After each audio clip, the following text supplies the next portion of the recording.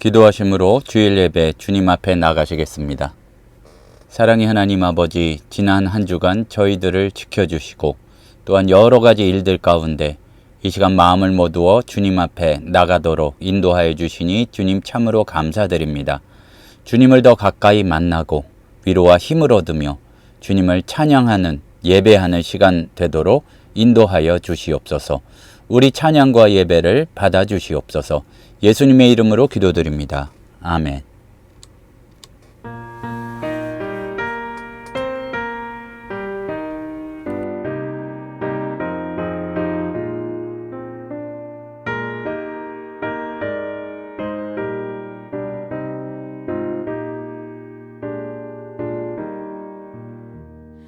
세상이 캄캄하여서 참 빛이 없었다니 그 빛나는 영광 나타나 온 세상 빛이었네.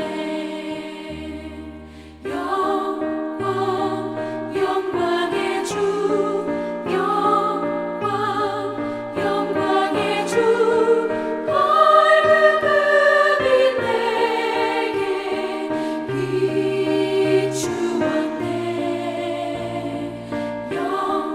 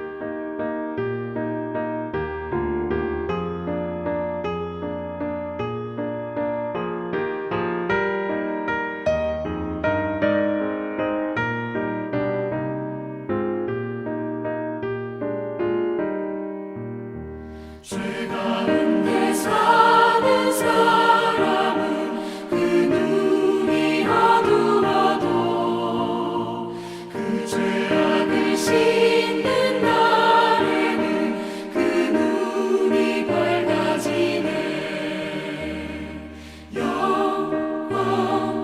영광의 주, 영광의 주,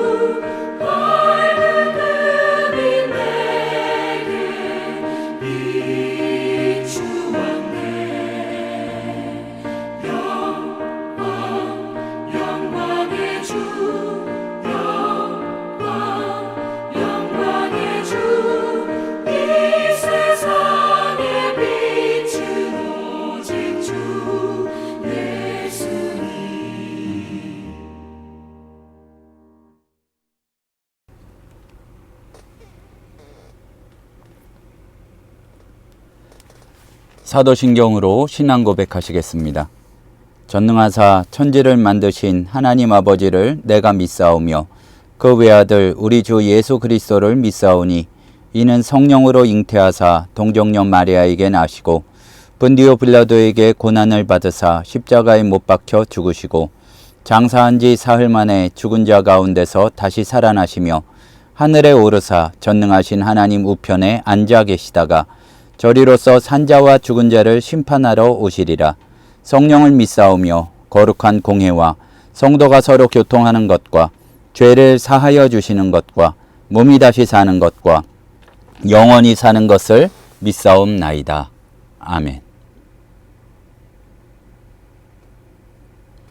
교동문 20번 시편 33편 말씀입니다. 너희 의인들아 여호와를 즐거워하라. 찬송은 정직한 자들이 마땅히 할 바로다.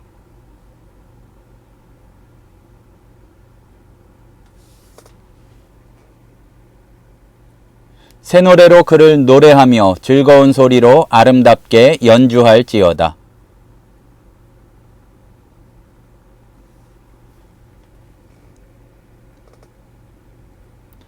그는 공의와 정의를 사랑하시며 세상에는 여호와의 인자하심이 충만하도다.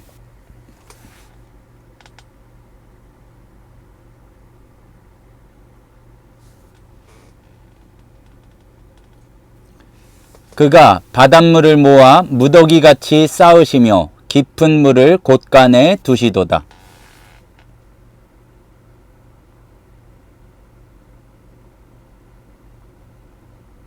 아멘.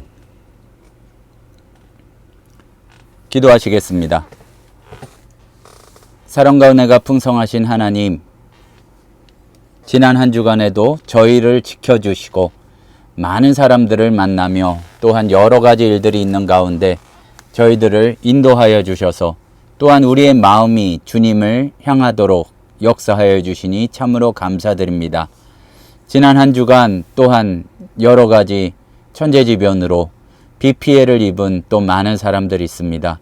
주님, 그런 것들을 볼 때에 참으로 우리 사람이 얼마나 연약한 존재들인가 그것을 보게 됩니다.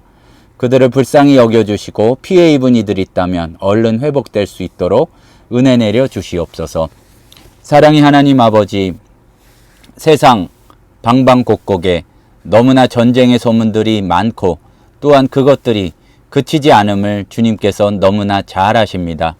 주님, 참으로 붙들어 주셔서 빨리 평화의 소식이 들려올 수 있도록 허락하여 주시고 두려워 떨며 숨어서 기도하는 그들의 기도 소리를 들어주시사 놀라운 평화의 소식과 놀라운 해방의 소식들이 들려올 수 있도록 역사하여 주시옵소서. 그들 가운데에는 억압 때문에, 전쟁 때문에 주님께 예배드리고 싶으나 함께 예배드리지 못하고 홀로 조용히 소리 죽여 찬양하고 또 기도하고 말씀 읽는 이들이 있습니다. 그들의 귀한 믿음을 보시고 또한 은혜 내려 주시사 그들의 순수한 믿음과 강한 믿음이 흔들리지 않도록 도와주시며 참으로 타락하고 더럽혀진 교회들이 적지 않은 이 때에 그들이 빨리 자유롭게 되어서 우리와 함께 예배드림으로 말미암아 남과 북의 성도들이 함께 예배드림으로 말미암아 또한 새롭게 회복되는 은혜의 역사들도 주님 이루어질 수 있도록 붙잡아 주시옵소서. 세계 방방곡곡에서 여러 가지 일들로 이름도 없이 빛도 없이 사역하고 있는 선교사들, 사역자들 기억하여 주시고 그들 가운데 물질적으로나 또한 은혜로나 넘치도록 부어주셔서 갈수록 지치는 것이 아니라 갈수록 힘을 얻어 너끈히 사역할 수 있도록 주님 은혜 내려 주시옵소서. 우리나라를 비롯하여 이 땅의 세계의 지도자들 가운데 함께하여 주시사 그들은 느끼지 못할지라도 모든 것을 주관하시는 분은 하나님이신 줄로 믿습니다. 가장 자기의 권력을 의지하는 이들조차 놀랍게 하나님을 만나고 하나님 두려워할 줄 알며 하나님 아버지 자신들의 욕심을 채우는 것이 아니라 국민들을 생각하고 또한 사람들을 생각할 수 있는 은혜들도 내려주시옵소서. 비록 세상의 지도자라 할지라도 주님께서 사용하실 때에 놀라운 구원의 역사의 도구로도 사용하실 수 있는 줄로 믿사오니 특별히 큰 나라의 지도자들 가운데 함께하여 주셔서 전쟁을 좋아하지 않고 해방시켜주고 또한 살려주고 이러한 자기들의 권력을 그런 방향으로 사용할 수 있도록 은혜 내려 주시옵소서. 사랑의 하나님 아버지, 이 땅의 교회들과 세계의 교회에 다시 한번 부흥의 역사가 있기를 원합니다. 그냥 감정적인 고조가 아니라 말씀이 살아 움직이고 하나님 아버지 그것이 세상에까지 은혜를 미치는 세상에까지 영향력을 끼치는 그런 역사가 있기를 소원하오니 주님 허락하여 주시옵소서. 우리의 예배를 기뻐 받아주시고 우리도 로마서의 말씀을 나눌 때에 복음의 기쁜 소식과 믿음의 능력을 체험할 수 있는 시간 되도록 성령 하나님 도와주시옵소서. 듣는 자나 전하는 자 모두에게 함께하여 주시옵소서. 예수님의 이름으로 기도드립니다. 아멘. 오늘 우리에게 주시는 하나님의 말씀은 로마서 3장 25절에서 31절 말씀입니다. 이 예수를 하나님이 그의 피로써 믿음으로 말미암는 화목제물로 세우셨으니 이는 하나님께서 길이 참으시는 중에 전에 지은 죄를 간과하심으로 자기의 의로우심을 나타내려 하심이니 곧 이때에 자기의 의로우심을 나타내사 자기도 의로우시며 또한 예수 믿는 자를 의롭다 하려 하심이라. 그런즉 자랑할 때가 어디냐 있을 수가 없느니라. 무슨 법으로냐 행위로냐 아니라 오직 믿음의 법으로니라. 그러므로 사람이 의롭다 하심을 얻는 것은 율법의 행위에 있지 않고 믿음으로 되는 줄 우리가 인정하노라.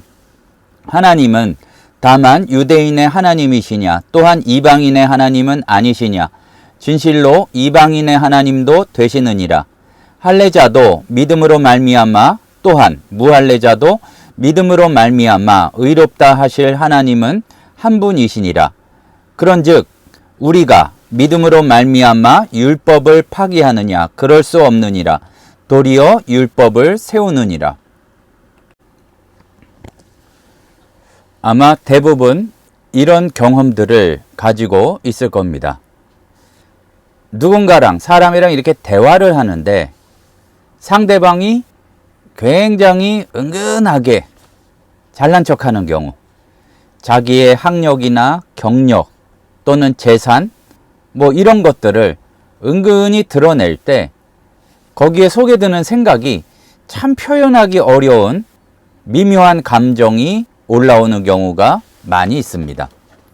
요게 딱 하나라고 말하기도 어려운데 그런 자랑을 만나게 될 때 때로는 굉장히 주눅이 들어서 작아지는 나를 발견하기도 하고 또 때로는 아이고 별로 껐지도 않은 게 나도 뒤지지도 않는데 하는 경쟁심으로 내가 더 좀 심한 얘기를 하면은 밟아주고 싶은 그런 경쟁심이 일어나기도 합니다. 금방 잊혀지지도 않죠. 집에 돌아와서도 했던 대화가 머릿속을 맴돌며 흔한 표현으로 꽉 쏴줬어야 되는데 좀 세게 말했어야 되는데 왜 이렇게 말을 못했을까? 나도 내가 지보다 못해? 이런 생각을 하면서 마음이 무거워지는 경우가 많이 있습니다. 특히 현대를 살아가는 우리들은 모두 무언가로 자신을 증명하고 다른 사람보다 우월하다는 그 느낌을 통해서 어떤 안정감을 얻고 싶어 하는 마음이 많이 사람들에게 있는 것 같습니다.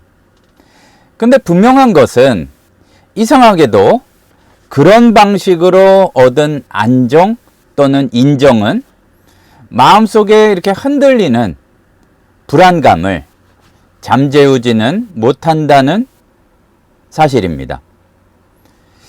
참 희한한 법칙이 있는데 많이 가진 사람이 부족함을 더 느끼고 더 가지려고 하고 높은 지위에 오른 사람이 잃는 거에 대해서 지위에서 밀려나는 거에 대한 두려움이 더 있고 또 자기보다 더 높은 사람을 만났을 때에 굉장한 열등감을 느끼는 경우가 많습니다.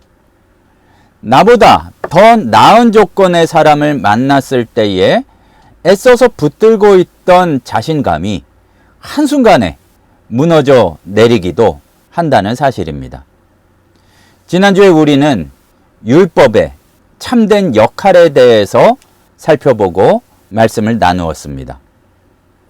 율법이 우리가 흔히 잘못 생각하듯이 내가 이만큼 지켰어 하고서 스스로 의로움을 자랑하는 도구가 아니라 그렇게 할 수 없고 나는 몇 가지 중에 몇 개를 지켰어 하고 그걸 자랑하는 것이 아니라 오히려 율법은 모든 사람이 하나님 앞에서 죄인임을 비춰주는, 깨닫도록 해주는 거울의 역할을 한다는 사실을 우리는 말씀을 통해서 확인했습니다.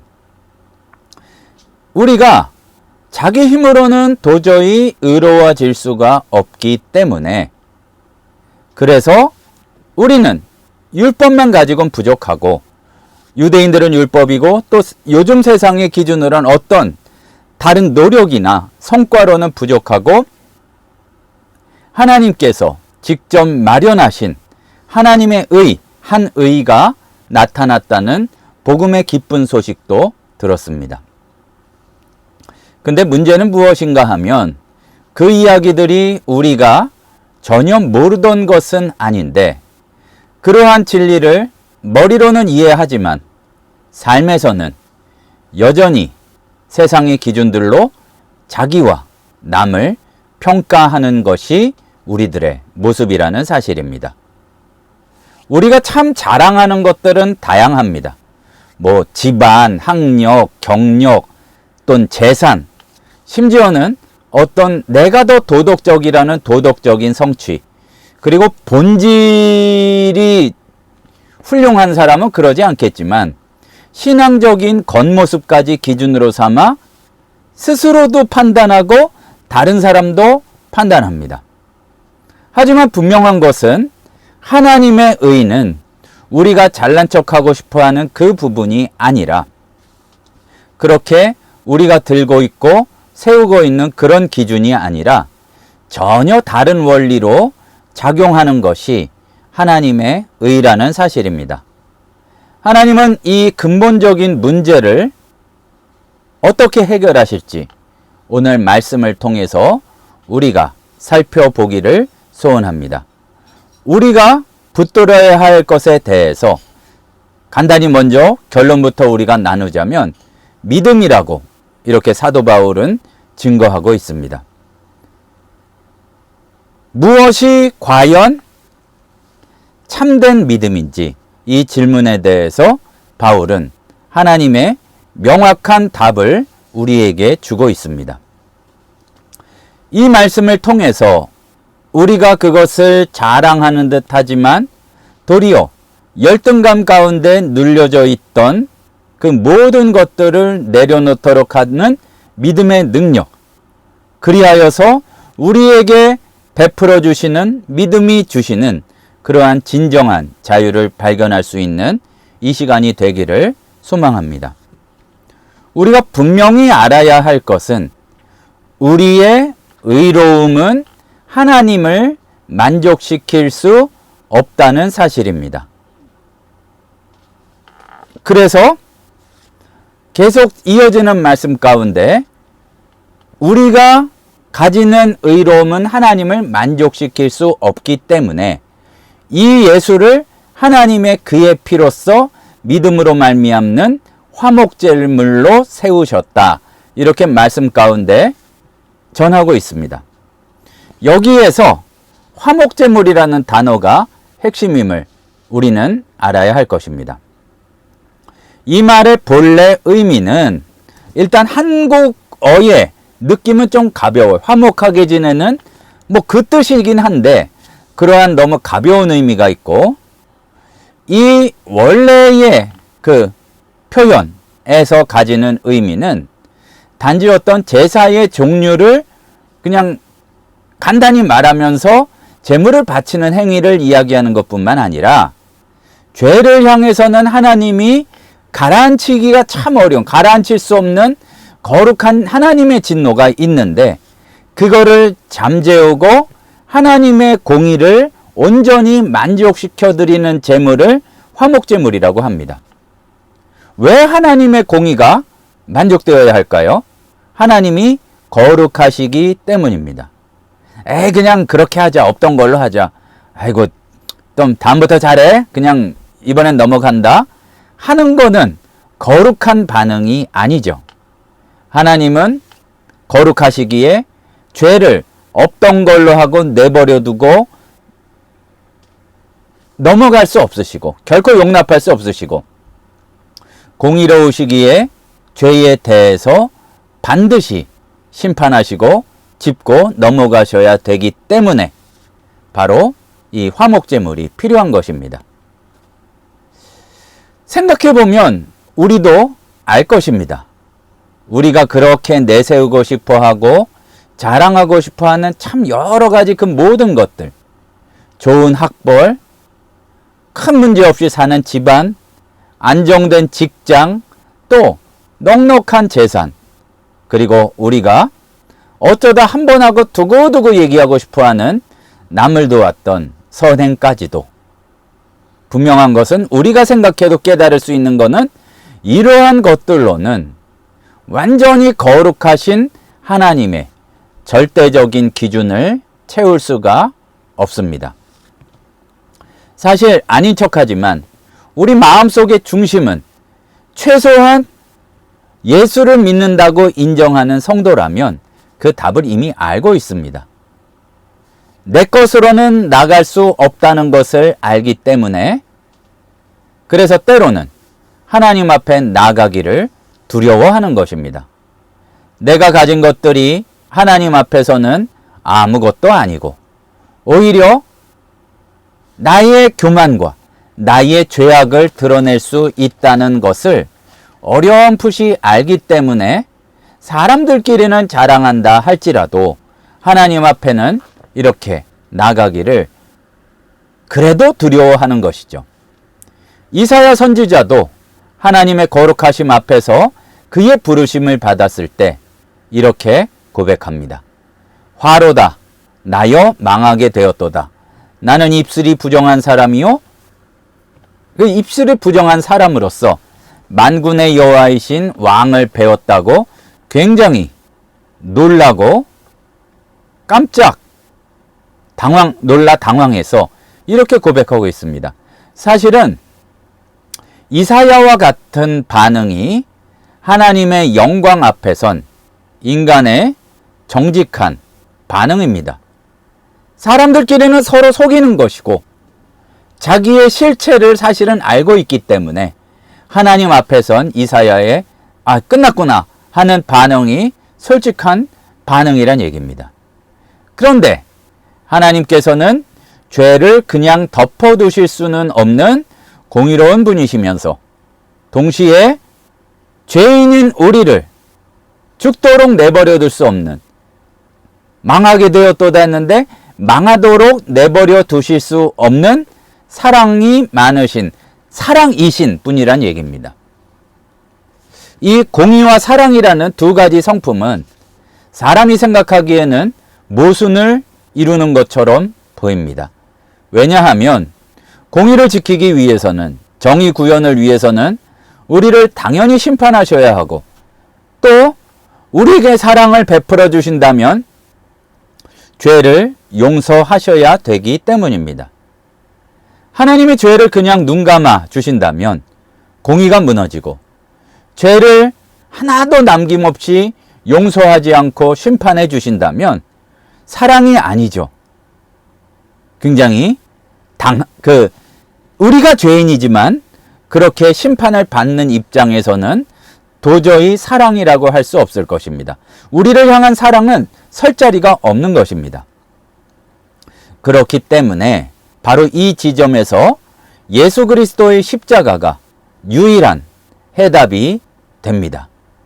우리의 어떤 노력이나 선행도 하나님의 기준에는 미칠 수 없기 때문에 심판을 받아야 하는데, 하나님이시며 인간이신 예수님이 온전히 순종하고 온전히 희생하시면서 하나님의 공의를 완전히 만족시켰습니다. 우리가 할 수 없기에 예수께서 하셨다는 얘기입니다. 간단히 분명히 말해서 예수의 피를 통해서 하나님의 공의와 사랑이 동시에 성취된 것입니다. 이것이 바울이 의롭다는 말을 반복해서 이야기하며 자기도 의로우시며 또한 예수를 믿는 자를 의롭다 하려 하심이라고 말한 것입니다.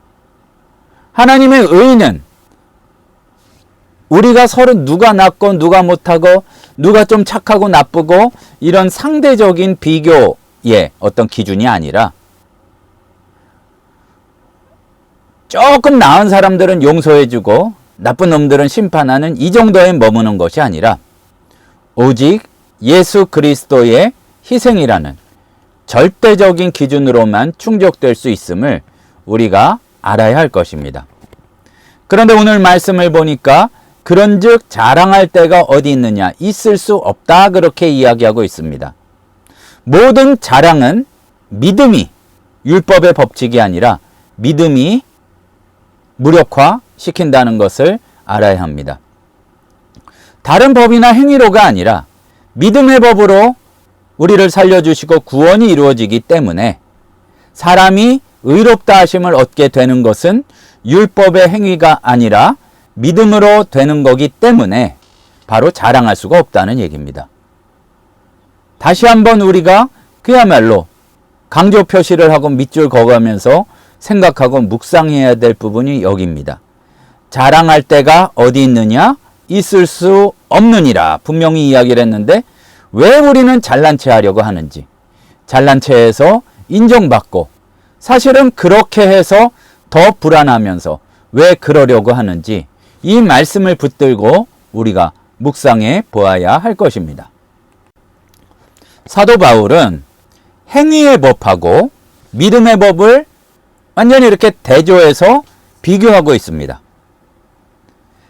믿음의 법은 특징이 무엇인가 하면 행위의 법과 완전히 반대되는 것인데, 믿음의 법은 하나님께서 무엇을 이루셨는가를 보는데 행위의 법은 내가 뭐를 이뤘는가, 이걸 가지고 이야기하려고 한다는 겁니다. 그러니까 차원이 다르고 완전히 반대되는 것이죠. 믿음은 우리의 행위나 조건하고는 관계가 없습니다. 우리가 자랑하기 좋아하는 학력, 경력, 신앙의 이력, 가진 소유, 또 집안, 또 뭐가 있을까요? 어떤 자기의 성격이나 특성, 그리고 도덕적인 노력, 겉으로 보이는 신앙적인 행위조차도 하나님 앞에서는 의로움의 근거가 될 수 없다는 얘기입니다. 근데 이게 사람의 입장에서는 우리들은 바로 흔쾌하게 받아들이기가 참 어렵습니다. 왜냐하면 다 붙들고 있는 자랑이 있고 내가 꽤나 괜찮은 사람이라 생각하고 또 그렇게 노력하며 살아간다고 생각하거든요. 평생 이렇게 살아가면서 내가 이만큼 수고했으니 인정받을 자격이 있다. 내가 저 사람보단 낫다. 이런 생각에 늘 갇혀서 살아가기 때문에 하나님의 법의 진리를, 믿음의 법을 받아들이기가 쉽지 않습니다. 내가 들인 수고에 대해서 뭔가 대가를 바라요. 내가 잘못한 것은 일단 뒤로 밀어버리고 잊어버리고 내가 뭔가를 했으니까 거기에 대해서 보상을 받아야 된다고 생각하는 것입니다.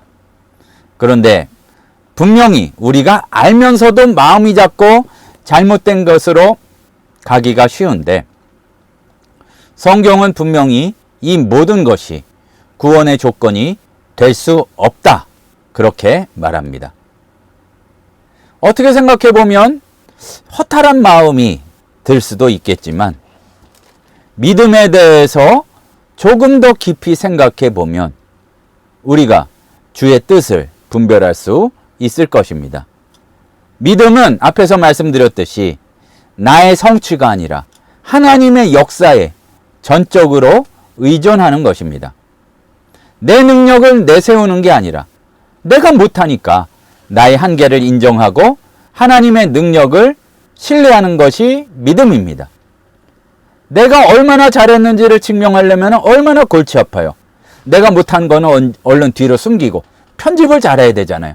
내가 조금 뛰어난 것만 내세우려고 하는 것, 그게 아니라 믿음의 법칙은 하나님이 얼마나 선하신 분이신지를 고백하면서 나의 가장 절망적인 순간에도 그것을 숨기고 미움으로 다른 사람을 공격함으로 해결하려고 그러는 것이 아니라 하나님이 선하시기에 나의 연약함과 나의 잘못을 어떻게 역사하실지를 소망하고 바라보면서 자유함을 얻는 것이 믿음이라는 얘기입니다.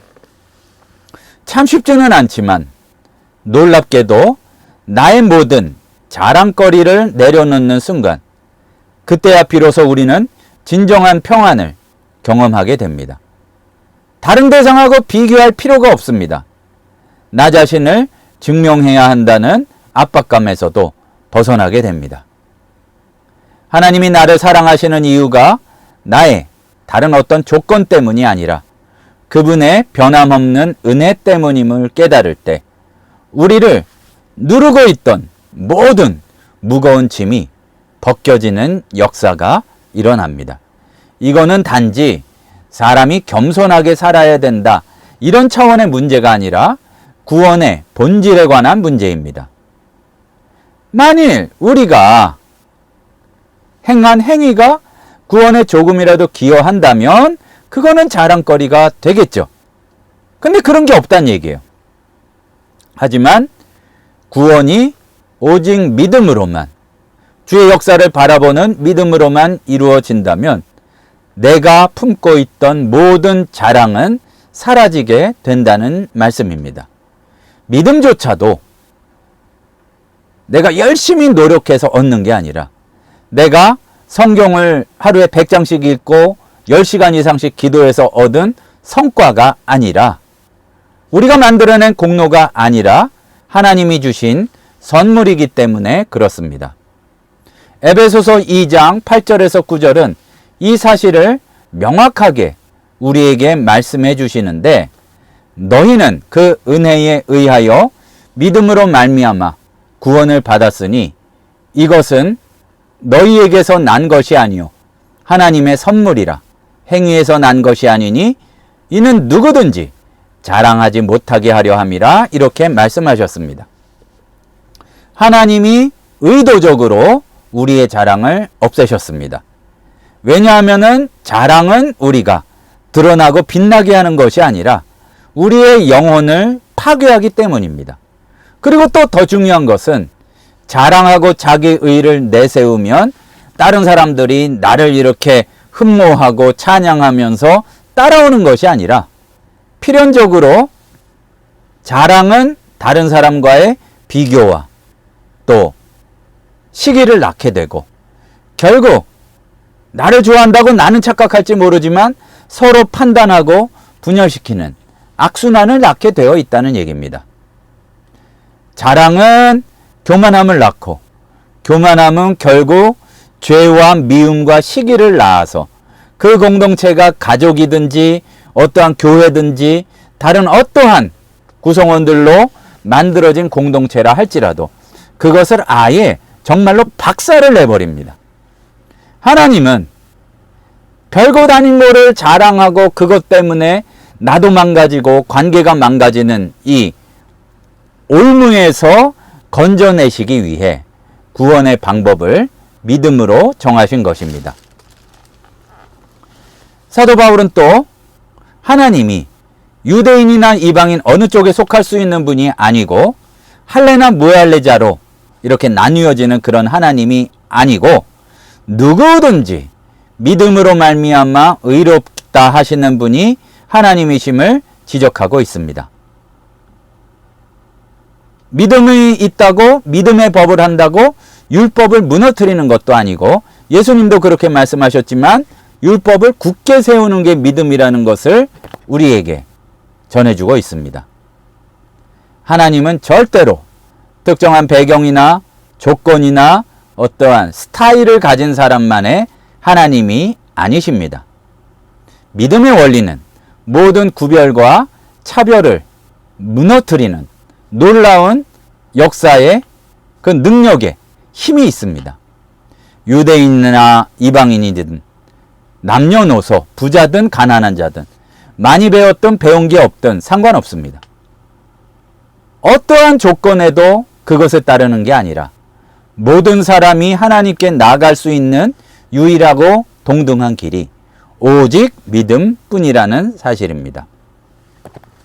하지만 우리가 사는 세상은 끊임없이 출신, 배경, 학력, 재산으로 가치를 매기고 높이는 것까진 좋을지 모르는데 아주 사람을 깔아뭉개고 무시하는 경우도 있습니다.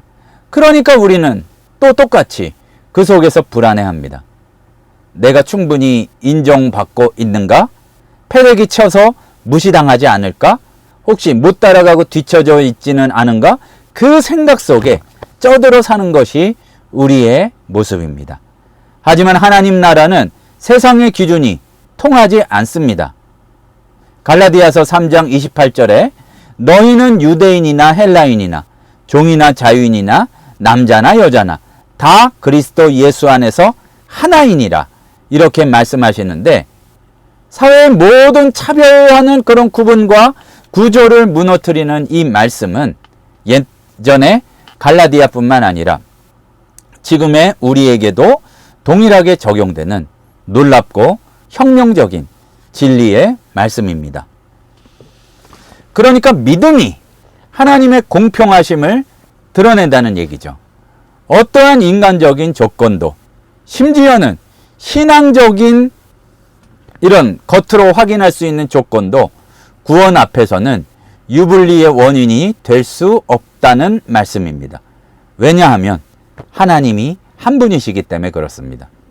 만약에 사람에 따라서 구원을 받을 수 있는 방법이 달라져요. 그럼 일관성이 없는 거죠. 불공평한 거죠. 만약에 달리기 선착순으로 구원받을 사람을 뽑는다면 아마 육상 선수들이나 구원받을까 말까 할 것입니다. 하나님은 한 분이시기 때문에 구원의 길도 오직 믿음으로 하나뿐입니다. 가만히 생각해 보시면 이게 얼마나 큰 위로가 되는지 모릅니다. 내심 나는 굉장히 지식이 많은 사람이야, 이거를 내세우고 싶을지 모르나 아마 최소한 살아가면서도 나보다 지식이 많은 사람 만나본 적 있을 겁니다. 너는 안 되고 이 사람이 지식 많으니까 이 사람 택해야 돼. 그렇다면 얼마나 그것이 안타깝고 그야말로 낙담할 수밖에 없는 이유가 되겠습니까? 자기 통장에 100억 이상 없는 사람은 구원받을 수 없어 이런다면은, 아니 100억이 뭐예요? 그야말로 재산이 없고 가난한 사람은 얼마나 그것이 그야말로 한이 되겠습니까? 하지만 세상의 기준으로는 부족해 보일지라도 하나님 앞에서는 누구나 동등한 자격으로 설 수 있습니다. 그리고 조금이라도 내가 자랑하거나 많은 것을 가지고 있다고 주장하고 싶은 것이 있다고 하면 하나님 앞에서는 나도 똑같이 은혜가 필요한 사람일 뿐임을 잊지 말아야 할 것입니다. 믿음이 있다고 율법이 사라지는 게 아닙니다. 그럼 율법이 어떻게 되는 건가요? 바울은 단호하게 그럴 수 없느니라 라는 표현을 하면서, 이게 굉장히 중요해요. 그럴 수 없느니라. 도리어 율법을 굳게 세우는 것이 믿음의 법칙이란 얘기입니다. 이 율법이 원래 어떠한 목적을 가지고 있었는지를 생각해 보면 사람이 의로워질 수 없다는 것을 깨닫게 하는 역할이 있었어요. 그리고 창조주의자 구원자이신 바로 하나님을 의지하도록 만드는 그 목적이 있었는데, 그게 구원이 이루어져야지, 뭔가 길이 없으면은 구원자를 의지하는 게 아니라 낙담하고 실망하고 끝없는 그 추락에 빠질 수밖에 없잖아요. 하지만 그 율법이 할 수 없는 거를 예수 그리스도를 믿는 믿음 안에서 온전히 이루어졌고, 비로소 온전히 이루어졌고, 그것을 우리가 깨닫고 믿고 있기 때문에 소망을 가질 수 있다는 얘기입니다. 오늘 말씀을 통해서 우리는 참된 믿음의 의미를 다시 발견했습니다. 보면 아마 오늘도 뭔가로 자기를 증명하려고 하고 대놓고 자랑할 때는 얼마 없었을지 모르지만 은근히 내가 더 나은 사람임을 증명하려고 하면서 살아왔습니다. 학력, 경력, 재산, 능력, 또 뭐가 있을까요? 뭐 선한 행위, 뭐 신앙적인 행위도 숫자로 바뀌어지는 시간, 장수, 그런 것들을 통해서 다른 사람보다 낫다는 느낌을 얻고 싶어 했지만 분명히 우리는 알아요. 내가 완전 최고는 아니라는 걸 알고 있고 더구나 하나님의 수준은 아니라는 것은 알고 있기 때문에 이걸로 충분할까 하는 불안과 두려움이 항상 자리 잡고 있었어요. 그런데 다시 확인하지만 오늘 말씀은 그 모든 것이 하나님 앞에서는 우리 의로움의 근거가 될 수 없다고 선언하고 단언합니다. 하나님의 공의를 만족시킬 수 있는 것은 오직 예수 그리스도의 피입니다. 그래서 그 피가 귀하고 그 피가 보혈이 되는 것입니다. 우리의 어떠한 노력과 어떠한 지혜와 어떠한 소유도 부족하지만 예수의 피는 완전하고 충분한 줄로 믿습니다. 그런데 이 놀라운 구원을 얻는 유일한 길이 믿음이라는 사실입니다. 우리의 모든 자랑을 내려놓게 하는 것이 믿음이지만 하지만 바로 그 자리에 참된 평안과 자유를 주시는 것 또한 믿음을 통해서입니다. 이제 우리는 선택해야 됩니다. 많이 아는 것 같지만 우리의 몸은 율법의 법칙을 따라서 세상의 질서를 따라서 그대로 살아가는 경우가 많습니다. 세상의 기준으로 자기를 증명하면서 남과 비교를 계속 끊이지 않는 그런 삶을 살 것인가? 아니면 모든 것을 내려놓고 오직 하나님의 은혜를 신뢰하는 믿음의 삶을 살 것인가? 믿음의 삶을 살 것인가? 지금도 결단해야 돼요. 우리가 분명히 알듯이 그냥 내가 기독교인인 것 같아. 이게 아니라 정말로 믿음의 길을 가기를 결단해야 된다는 얘기입니다. 그때에 지금 우리의 삶에도 나의 삶에도 굉장히 실질적인 변화가 올 줄로 믿습니다. 비교하고 경쟁하려면 얼마나 피곤해요. 거기에 묶여있던 옴싹달싹 못하던 그 굴레에서 벗어나는 자유를 우리의 믿음을 통하여 하나님께서 주십니다. 그리고 실패에 대한 두려움, 더 성공하지 못한 것에 대한 두려움에서 우리를 자유롭게 하십니다. 그리고 이렇게 내가 자유를 얻을 뿐만 아니라 믿음의 법으로 우리가 들어가게 되면 다른 사람을 예수님의 눈빛으로 긍휼의 눈으로 보게 된다는 얘기입니다. 경쟁하고 비교하면 시기가 나오고 미움이 나오고 그래가지고 공동체는 깨지고 끊어지고 박살날 수밖에 없지만 내가 얼마나 큰 은혜를 받은 죄인인지 아는 사람은 다른 사람의 내 기준에 안 맞는 연약함을 판단하고 또 심판하려고 하기보다 함께 은혜를 구하는 동반자로서 역할을 하게 되고 그때에 관계가 회복되고 공동체가 회복된다는 이야기입니다. 사랑하는 성도 여러분, 예수 그리스도의 피로 보혈로 우리는 이미 의롭다 하심을 받았습니다. 이 놀라운 은혜에 감사하며 날마다 내가 이렇게 아마 결단을 해도 스물스물 올라올 거예요. 날마다 나의 자랑을 십자가 앞에 내려놓고 오직 믿음으로 자기 십자가를 지고 살아가는 우리 모두가 되기를 소원합니다. 기도하시겠습니다. 사랑의 하나님 아버지, 참 저희들을 불쌍히 여겨 주시옵소서. 그 피곤한 자랑을 찾아 헤매이느라 나를 증명하려고 애쓰느라 진정한 평안을 누리지 못하고 있음을 주님께 고백드립니다. 말씀 그대로 예수 믿어 평안을 누리고 구원을 누릴 수 있는 저희들 되도록 인도하여 주시옵소서. 예수님의 이름으로 기도드립니다. 아멘.